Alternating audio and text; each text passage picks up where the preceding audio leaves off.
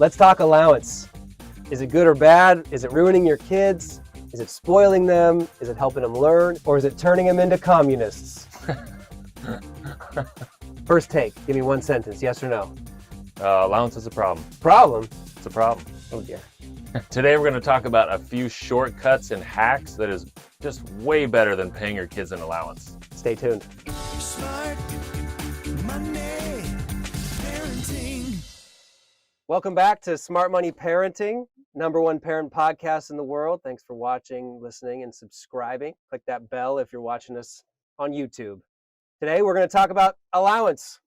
You ready for this one, Chad? It's a big topic. Big topic. Everyone knows about allowance, paying your kids money. Allowance is communism. Oh boy. Prove me wrong. Can we say that on this show? I don't know. We just did.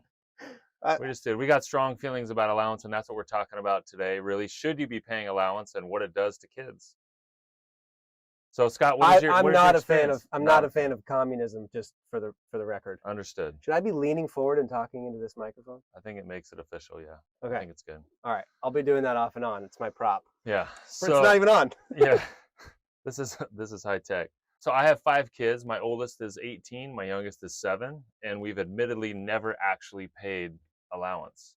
Wow. Yeah, and a lot of people think that's crazy. It's like, well, how do your kids earn money? What do they do? And just since the very beginning, I just didn't want to pay them for existing and for breathing. And every Saturday, here's your $20 or whatever it is.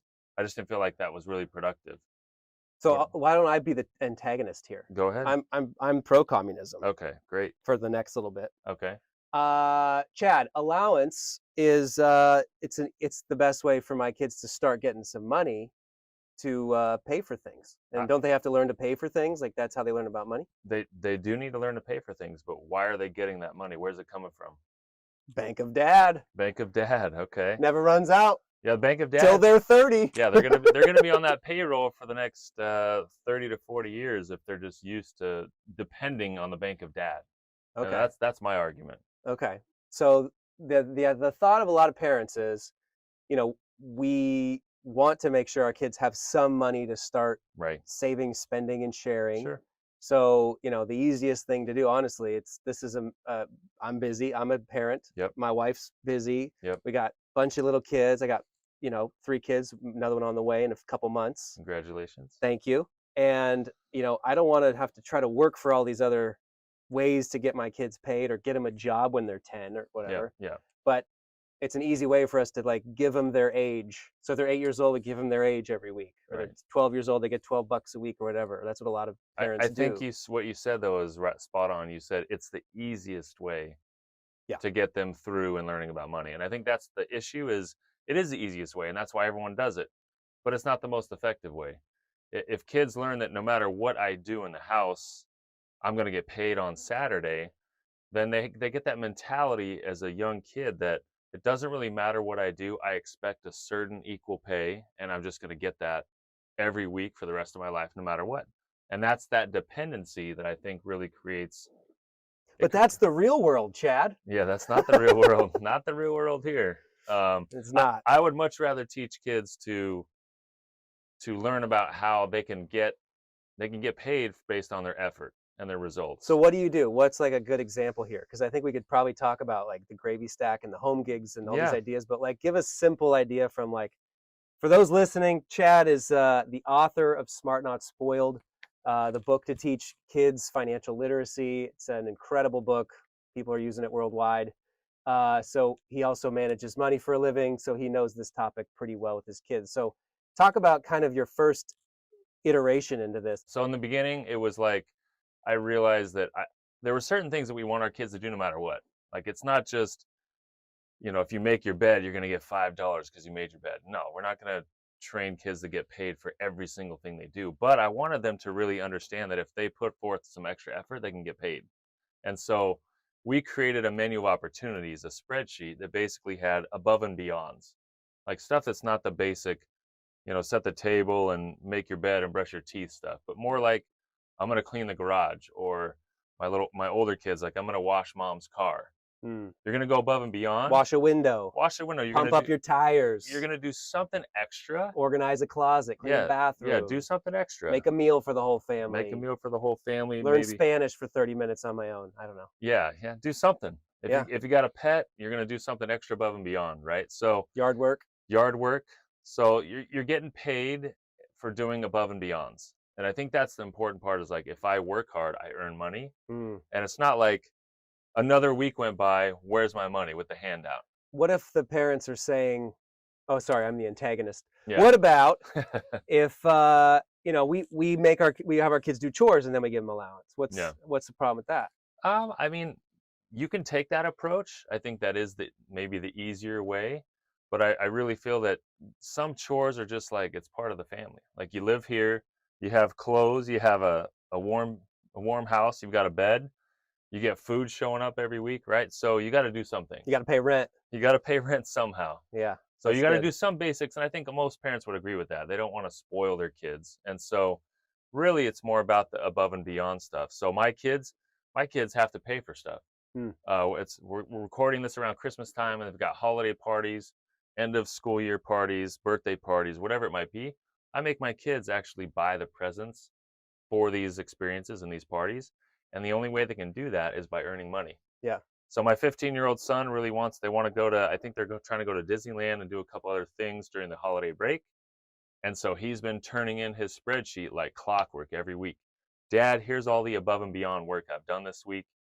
And he knows what it's worth.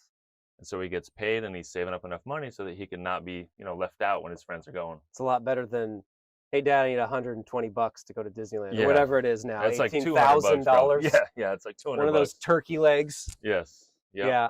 I think, one of the things that we always talk about is this, how do you have the right relationship with your kids as they're growing up? And I think allowance is one of those things that is even, the stats are in. It's like 63% of parents that do allowance say, yeah, I've given my kid the allowance anyway, even when they don't do their chores. Right.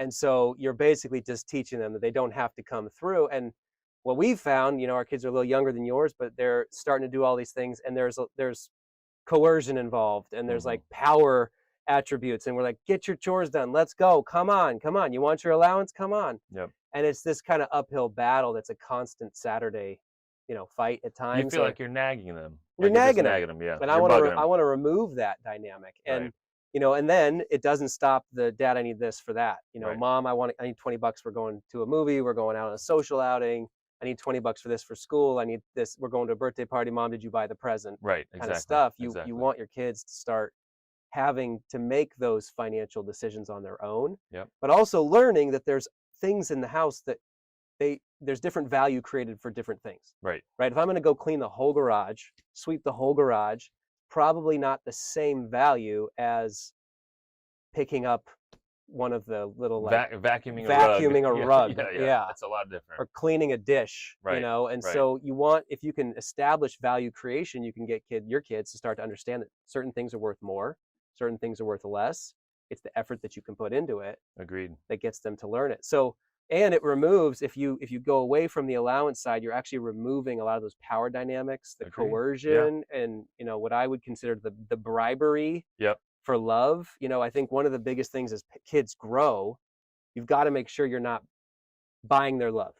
This happens with parents, sometimes with separated parents. It's like, I got to make sure my kids have the best time, and I want to bribe them as much as I can for love. With what we're talking about is, no, you're setting up a really structured, great value add system that teaches them how to make and manage money well. And then you're removing that bribery, right? You're removing that coercion and you can have actually a deeper relationship with your kids. I don't have that conflict of my kids, of feeling like, do I say yes or no because my kids need money? Because we've already established that they're going to actually work for and earn their own money and pay for stuff. And so I don't even get bugged if they're like, I'm going to the movies, 2 nights in a row, I'm going out to eat, I'm doing all this stuff. Like, that's their choice. They worked hard, they earned their money, and I'm going to let them have that freedom. And they're going to learn through experience how much $1 is worth.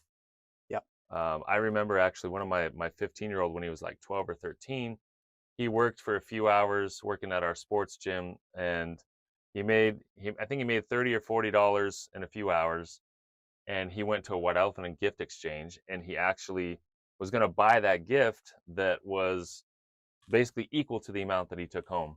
And I was like, are you sure? Like, you took 3 or 4 hours on a Saturday, and in 10 minutes here at the store, you bought the gift and all that money was gone. And he was like, yeah, but Dad, I'm also getting the experience of the party because you have to bring a gift, 3 hours with my friends, and I'm going to get a gift back. He's like, so I'm going to get something in return, and if I don't like it, I can take it back.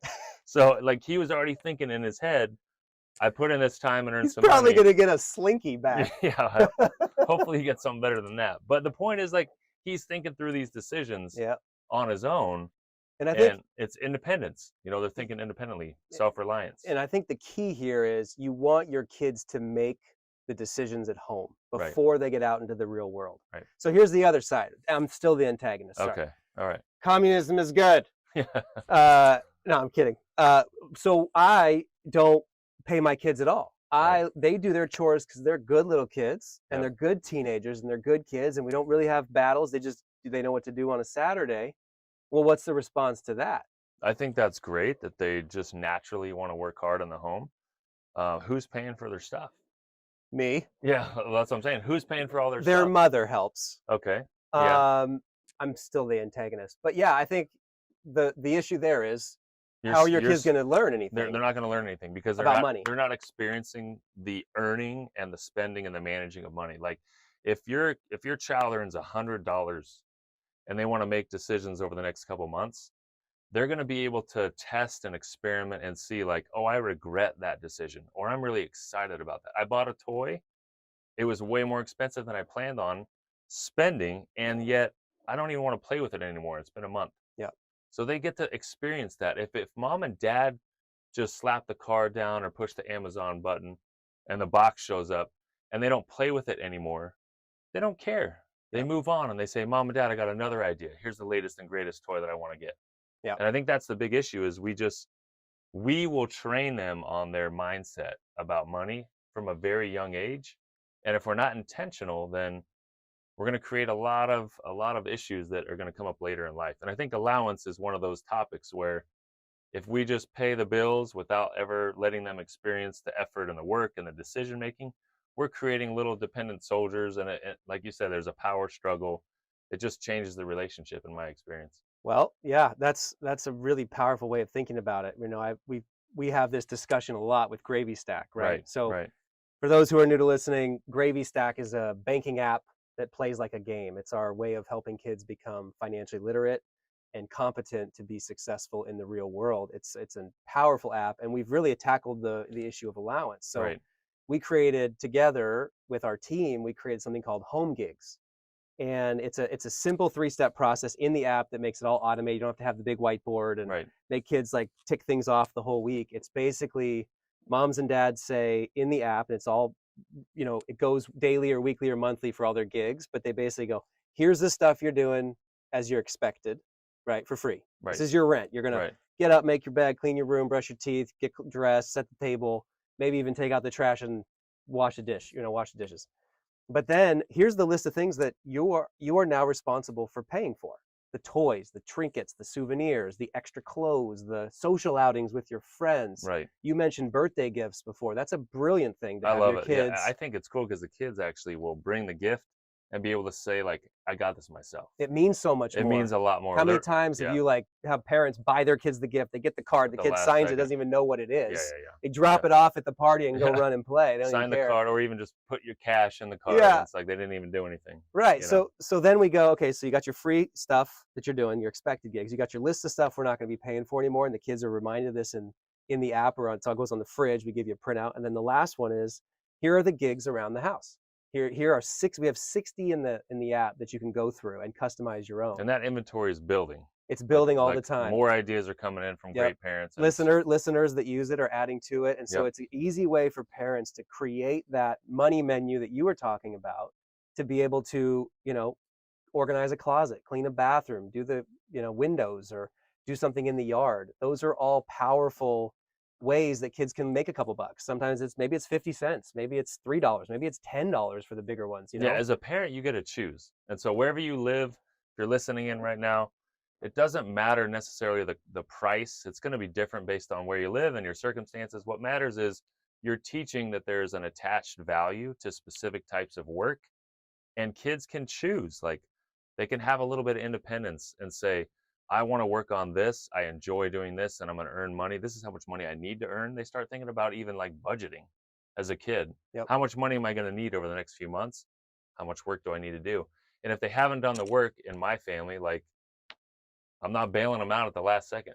Yeah, that's another piece of this, right? Like you don't want to bail your kids out all the time, because then that's just as bad as allowance, Right. in a way. You're Right. basically like, yeah, you didn't bring that to the store. Oh, you don't have the money in your debit card and gravy stack, or you don't have the money in your spend jar. Right. All right, here you go. You owe me or something. You forget all about it. So if you can take away those issues and get the kids to be creating value, in the Gravy Stack app, we basically tried to make it 60 seconds or less. Right. It's automatic paycheck for the kids. They know what they have to buy from now on. Those things renew based on whatever you want them to do, weekly, monthly, daily, one-offs, and they get paid just as easy as allowance. And I but think they're the creating value. awesome part, though, about the Gravy Stack kind of organization is that you get to change the terms. You can set the terms. You can set the recurring tasks and home gigs and opportunities. And so kids are not coming up to mom and dad and saying, hey, I need $20. I need $30 this weekend. They already know where to go. They go on the Gravy Stack app. They can look through the home gigs and say, what is out there that I can earn money doing? Yep. And that's just a real easy way to set it up. You can edit it, but set it up and forget about it. And Yep. the kids have a chance to just earn money right there. It's all in the app. Yep. And there is a little bit of allowance if people really want to wean off of it or use it for a little while with the youngest kids. That's still there for them. Yeah. Allowance is better than doing nothing and just paying for everything for your kids. So Yep. we're just trying to offer a much better way to create that 50 million financially competent kids who are ready to succeed in the real world. And that's going right. to come through actual experience of decision making and making choices and associating hard work and effort with results. You're not going to get that by just paying allowance, but certainly allowance is better than nothing, which Yeah. sometimes it's just kids aren't expected to do anything and mom and dad are just going to pay for whatever you want. Bailouts. Yes. Yeah. Okay. Oh, speaking of bailouts. Okay, I'm no longer a communist. Okay. Okay. You're back to your real I'm self. back to my real self. Welcome back, Scott. Yeah.